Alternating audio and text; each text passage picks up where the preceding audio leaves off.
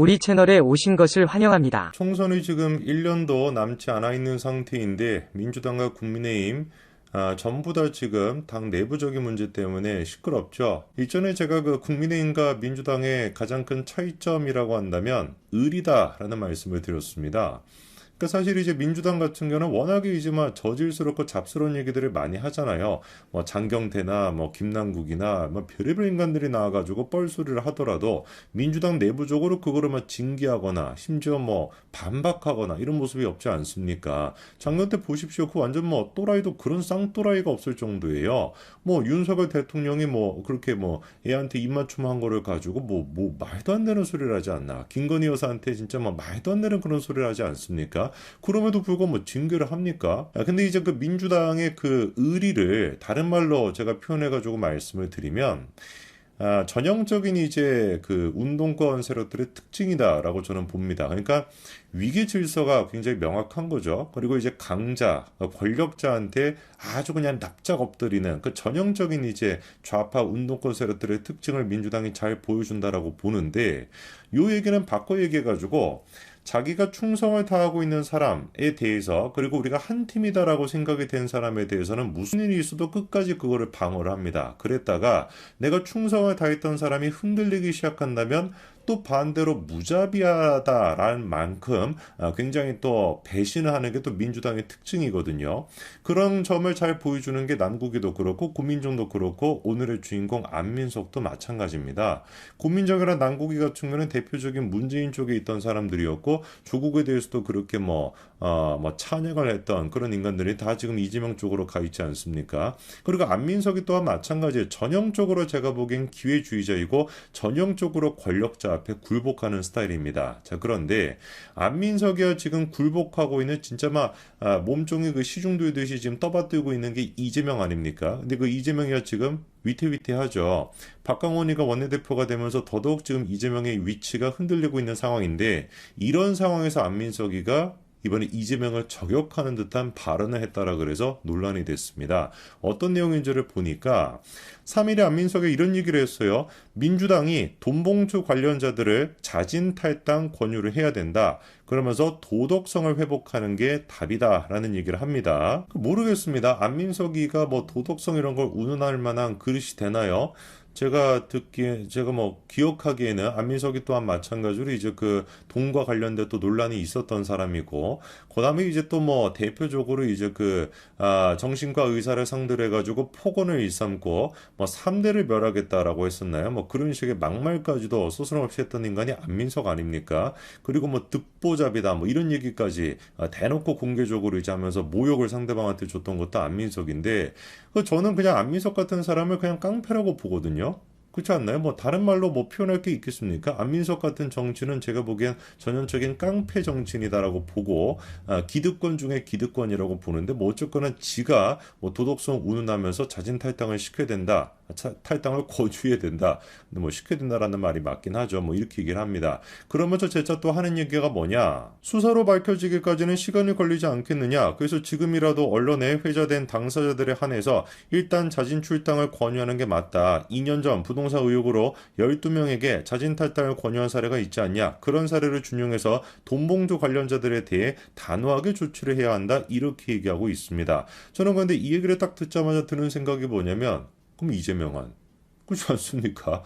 이재명은 그럼 어떻게 할 건데요? 지금 뭐 얘기를 들어보면은 수사로 밝혀지기까지는 시간이 걸리기 때문에 출당을 시키는 게 맞다. 자진 출당이라는 말도 있나요? 어쨌거나 자진 이제 탈당을 권유하는 게 맞다. 이렇게 지금 얘기하고는 있는데, 아니 그러면 이재명은 어떻게 해야 되겠습니까? 이거는 지금 뭐 수사로 밝혀지기까지는 시간이 오래 걸리는 것뿐만 아니라 아예 그냥 지금 뭐 기소까지 돼가지고 그냥 뭐 재판까지도 받고 있는 상황인데, 이재명을 지키겠다 고 민주당이 당원까지도 바꿔가지고 원래는 기소가 됐으면 당직을 내려놓고 당대표직을 내려놓는 게 맞는데 그거까지도 바꿔가지고 이재명 수호를 지금 외치고 있던 인간이 안민석 아닙니까? 그랬던 인간이 지금 뭐 수사로 밝혀질까지 시간이 오래 걸리니까 이런 사람들은 자진 출당을 시키는 게 맞다. 이런 얘기를 하고 있다는 게 이게 말이나 되겠습니까? 이게 지금 민주당의 수준인 것이고, 정확하게 표현해가지고 개딸들과 안민석 같은 인간의 수준이겠죠. 그러면서 뭐 더 가관입니다. 얘기 들어보면은 의총의 키워드는 쇄신뿐만 아니다. 그 전에 반성에 대해야 한다며 민주당의 도덕성이 이렇게까지 해이해졌는지에 대한 반성 속에서 전화위복 계기로 삼기 위한 쇄신 방안들이 도출돼야 할 것이다. 그러면서 도덕적 하자가 있는 사람들은 출당시키거나 당 근처에 얼씬도 못하게 하자. 두 번째로 돈봉투 사건 관련자들에게 자진 탈당을 권유해야 된다. 이렇게 얘기합니다. 저는 이번에 안민석 얘기를 들으면서 조금 눈에 띄었던 게 몇 가지 있습니다. 일단 첫 번째로 안민석의 이 얘기를 한 직후에 윤관석이랑 이성만 두 사람이 실제로 어떻게 했습니까? 자진 탈당을 하겠다라고 밝혔습니다. 그러니까 그러면서 이제 그 윤관석이 했던 얘기가 이거예요. 3일 바로 전날 2일날 이재명이랑 저녁 식사를 하면서 이재명이 자기를 설득했다라는 거 아닙니까? 설득이었는지 협박인지는 모르죠. 마지막 식사가 되고 싶습니까? 뭐 이렇게 한마디만 하더라도 그냥 뭐 바로 설득이 될 것 같은데 뭐 어쨌거나 설득을 일단 뭐 당했다라고는 해요. 뭐 윤관석의 주장에 따르면 뭐 어쨌거나 그렇게 이제 2일날 바로 설득이 되고 3일날 이제 자진 탈당을 하겠다고 입장을 밝혔는데 요 내용에 대해서 안민석이야 미리 알고 있었던 거 아닌가라는 생각이 듭니다. 그러니까 이재명이가 설득을 뭐 윤관석을 했다고 하니까 이재명이 안민석한테 일로 줬을 수도 있겠죠. 그러니까 2일날 저녁에 윤관석이한테 설득을 하고 그 다음에 이재명이 그 내용을 안민석한테 얘기를 조금 슬쩍 꺼내줘가지고 야 너가 다음날 아침에 좀 방송 같은 데 나가지고 바람잡이 역할을 좀 해라. 이런 식으로 또 얘기를 했을 수도 있습니다. 약간 그런 생각이 제가 좀 들고요.